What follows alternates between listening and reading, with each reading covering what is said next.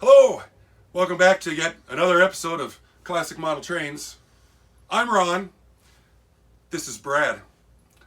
Why is that significant? Well, Brad was here about a year ago, stopped by to see me. We're old high school friends. I was kind of kicking around the idea of starting a YouTube channel. Brad thought it was a good idea. So the first couple of videos that I ever did make, I shipped them up to him. He lives out in North Dakota. He put his gaze on them and he says, yeah, that looks pretty good. Give her hell. So I did. So really, if it wasn't for Brad here, I probably wouldn't even be on YouTube. If he says, what are you doing? That's terrible. Then my soul would have been crushed from one of my oldest friends, which happens. And then, you wouldn't be watching me right now. So Brad said he wanted to pick what we do for the next video. What do you think we should do a video on?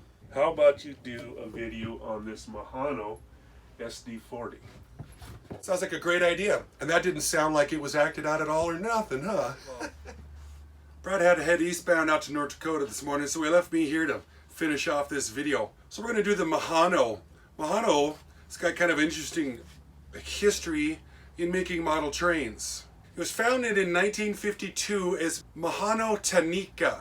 I believe that's right. 1991, they shortened their name up to just Mehano. They're a small toy making company in Izola, Slovenia. In June of 1991, Slovenia became the first republic to split off from Yugoslavia and become an independent sovereign state. In the European market, of course over there they're competing with Fleischmann's, Rocco, and Marklin. They do a pretty good job over in that market because they focus on a lot of the high-speed rail and the European trains that they have over there. But over here in America, a lot of people haven't really heard of Mehano. Now, back in the day when you had your AHM or your IHC models, and you'd flip them over and it said that it was made in Yugoslavia, that's Mehano right there. They would import their products through them. Now, this train set that I got here, it was actually branded Mehano over here in the States. So they've begun importing kind of under their own name. This set here seems to be around the 1998, 96 time frame. Back in the day, Mehano made trains. They weren't the high-end ones. They weren't up there with the Japanese brass models or nothing. They were brought in for the budget-minded modeler. Think entry level, or starter sets.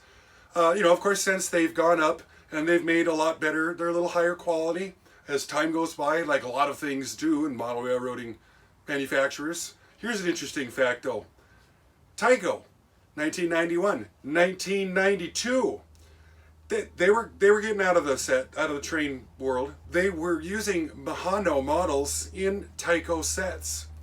If you ever take a look at the familiar 280 consolidation, used mostly in the Chattanooga sets, tender drives. You remember those? Tender drives, that was Tyco. 91, 92, they were using Mehano 280 consolidations. Guess where the electric motor's at? It's up in the engine. It's in the locomotive. No more tender drives. But it's still branded Chattanooga. So, if you're ever looking for a Tyco consolidation that doesn't have the tender drive problems, look for a 91, 92. I believe its prefix is 917. Those are the Mehano locomotives. Those ones they're better than the tender drives. Mehano, they're still out there. They got a website. You can go to it. And they're still making trains. And they also make educational toys. So they're busy. They're still doing stuff. They're still around. When I first got this set, it had the set box. And then for some reason I decided to throw the set box away. I went to eBay, was going to look for the picture so I could use it, and come to find out this must have been like the only train set that they offered, because all the sets, 98.762 of the Mehano train sets, they're called the Thunderbolt Express number T340. They show up with different things. You've got your standard set, which looks like this one, the one I've got.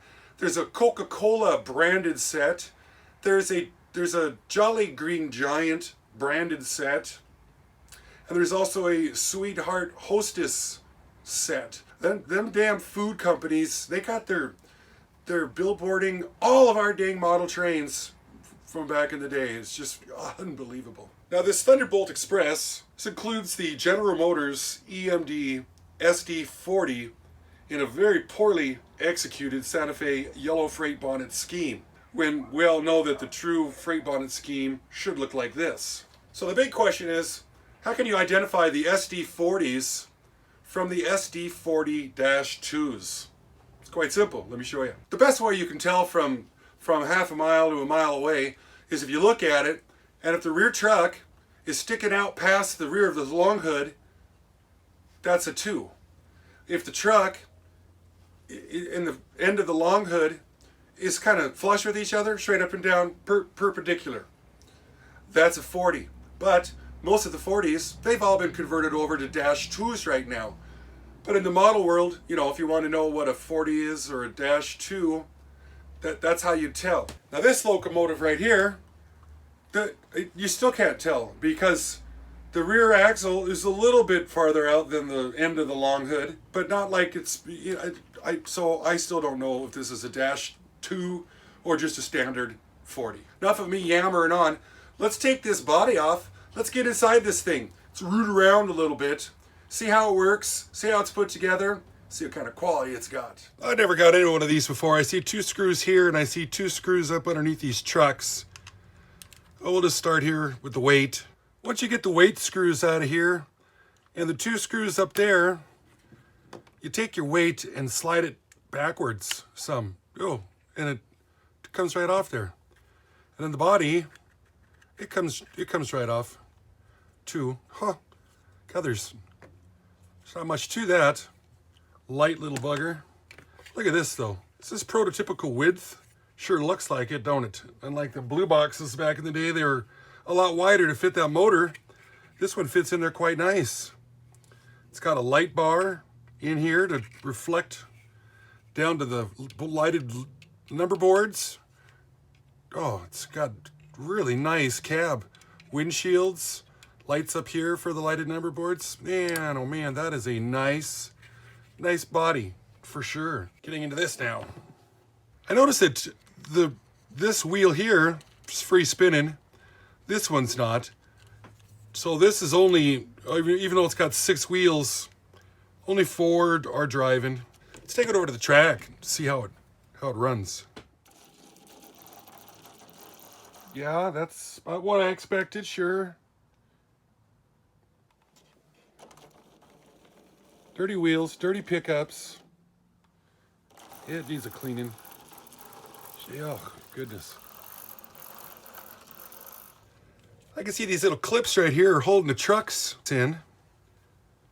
That little wire, that looks like it's going to be it's not going to give us a lot of room to get in there and do some good rooting. Little screwdriver underneath these keepers. Give it a little pry. One over on this side. This is, oh my goodness. It almost hit me right in the eye. Pull that out like that. Yeah. Little dog bone drive line there. Gonna give this truck bottom a pry off. These truck side frames. And that's going to get us into there. Coupler. Held in there sort of by the truck. Oh, what's this? Hard grease. Yes. One little geared set. One little geared set. Well, we got some wipers right along in there. Nothing on this side, so it means it's only got 2-wheel pickup on one side and 2 wheels on the other. Small tab right over here. This half of the gear tower is going to open up. So far none of this plastic is super brittle. Here we got the gear train coming in. Helical gear. These 3 in there. Plastic gears, they all look to be in pretty good shape. Of course, dry as a bone. Do we have a thrust washer? Yep, there's one in there. Well, that is a nice, and you can even get to this other one on the other side. This doesn't seem to be too shabby of a gear tower, I have to say. 2 little gears, a little larger gear. See how it's got a thicker end to it right over here. So those thicker ends will go up towards the removable side cover on this. This is nice. We'll take those out. We'll give them a little greasing. And we'll clean up this wiper. And we'll also take some odorless mineral spirits, clean up the back of these wheels, probably take this guy after them, the fiberglass pencil, clean up the wheels, clean up the backs of the wheels so we get better continuity, so we're not having any problems with it being able to pick up stuff, because this one wasn't doing very good at all. I got all the gears cleaned up, so now I'm going to use some of this synthetic grease. And I want to go around the ends, right in through here on this side, and then get a little bit on each one of the gears as we reassemble this gear tower. And of course, put a little grease in here for the axles. Yep, knock this out. Oh, sure, yeah. Get some love on this side. Make sure to get some grease underneath these bearing blocks here and these thrust washers. Get this gear tower case put back together here. It's got these two fingers that you got to get down inside there and lined up. When you get it together right, it just kind of falls together. Man, oh man, and fight it the first time. I can rotate this input shaft and I can check to see that the gears are still spinning in there, doing what they're supposed to be doing. A little grease for these axles. Wonder what Derek Beery's doing today. I forgot to give these a good cleaning. I'm going to shine up this copper pickup with this fiberglass pencil. Then I'm going to use this little bright boy to get these wheels cleaned up, because it just does a lot better job. I'm going to use a little shot of this inox, and I'm going to put this on this copper strip to keep the corrosion down. And on the inside, our contact side of the wheel. I'm not going to put it on the tread because it might make the wheels slip. We don't want that. Start up here, roll it down to keep this contact captured. A little bit more grease right there. Front axle, of course, doesn't have any gears on it. Everybody is doing their thing. This is going to go through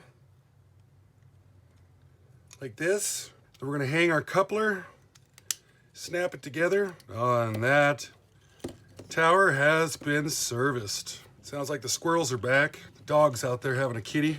Put our drive line in, and we're going to have to drop this back down. Get the drive line in here. The wire needs to come up on the back side of the gear tower. Then when you put this keeper on, the wire's underneath of it, and this should help keep it out of the drivetrain like so. So we got the rear truck serviced. I'm going to take this one apart, do the same thing to it.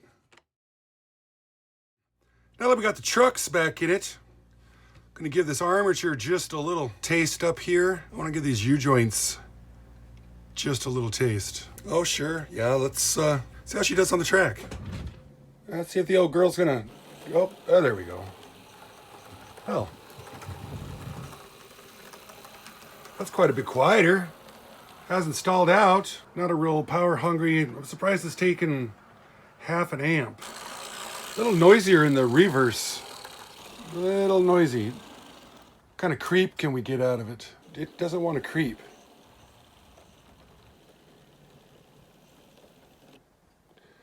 There we are. Just a little bit less than 5 volts. And that's, she doesn't want to do anymore. Not a good creeper. Maybe she needs some break-in time. Maybe an hour or so on the track, pulling something, it might settle down. Well, let's get this all put back together here. Put the body on first. Make sure nothing's hanging up. Oh, these. Yep. Take this weight. Made in Yugoslavia. That goes towards the back. Put this on. Slide it forward. Yep. And we'll put these screws back in. Get the consist together of this here set. See what she looks like running around the track.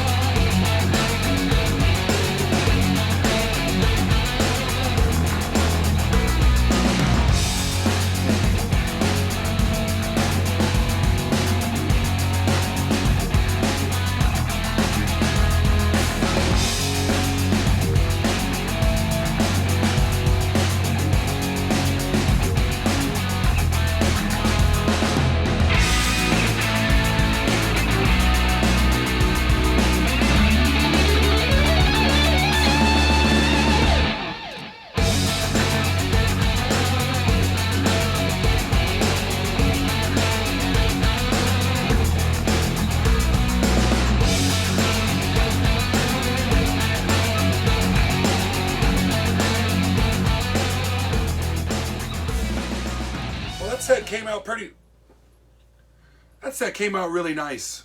Them cars rolled nice and smooth, nice and sturdy build. That's a good looking loco. You know, for an entry level set, it's a great little set. I would definitely kind of recommend this one here if you get a chance to come across one if you're looking for something kind of entry level. I want to say hello to Clemen out there in Slovenia. He's reached out. He's one of my viewers. We've chatted back and forth a little bit. He works on high-end bicycles out there. So he gave me a lot of information about European trains here a while back. You guys enjoyed what you've seen? Consider subscribing. I'm Ron with Classic Model Trains. I think to end this one here, I'm going to put some outtakes up of me and Brad yucking it up. So we haven't seen him for a year, and we're kind of a couple clowns. So you could either kick out now or hang out for a little bit longer, see some outtakes. So thanks for watching. Bye-bye. Should we put you on an apple box? Do you want to hide your height? Do you know what an apple Actually, box I is? can't see inside your ears. How tall are you anyway? You're like I'm only supposed to 6'4". be right at 6. 6 foot? If one. God, I didn't know they could stack shit that tall. See the shiny thing? Yep. Look right up there. Look at the apple. No, look at the lens that you can't see because the light's shining in your Don't eye. look at the apple. Or make both your eyes go crazy and then we won't know. Do you want me to? No. I'm going to do it. Don't do it. Are we doing it out? Is it Look filming? like a ding dong. I'm doing it. Ask me a question. Do you know why the sky's blue? The sun, which is Because if it was green, you wouldn't know where to stop mowing your lawn at. that's good. So Brad said he wanted to pick what we do for the next video. What do you think we should do a video on? You suggested that you wanted to do the steam engine one to me. The Santa Mehano. Fe. The Mehano. Mehano. It's a Mehano. The Mehano SD-40. Could be an SD-40-2. I don't know, because it's got this deck on the back. It's like a porch. You can set up a couple chairs back there. Used to be what we called Yugoslavia. Now it's got a whole new name. What's it called now? You don't know. Ukraine? Is it? Part of it, I think. I'll have to look that up and find out. Are you happy with the fact that you said almost nothing in it? Well, I didn't know what I was supposed to say.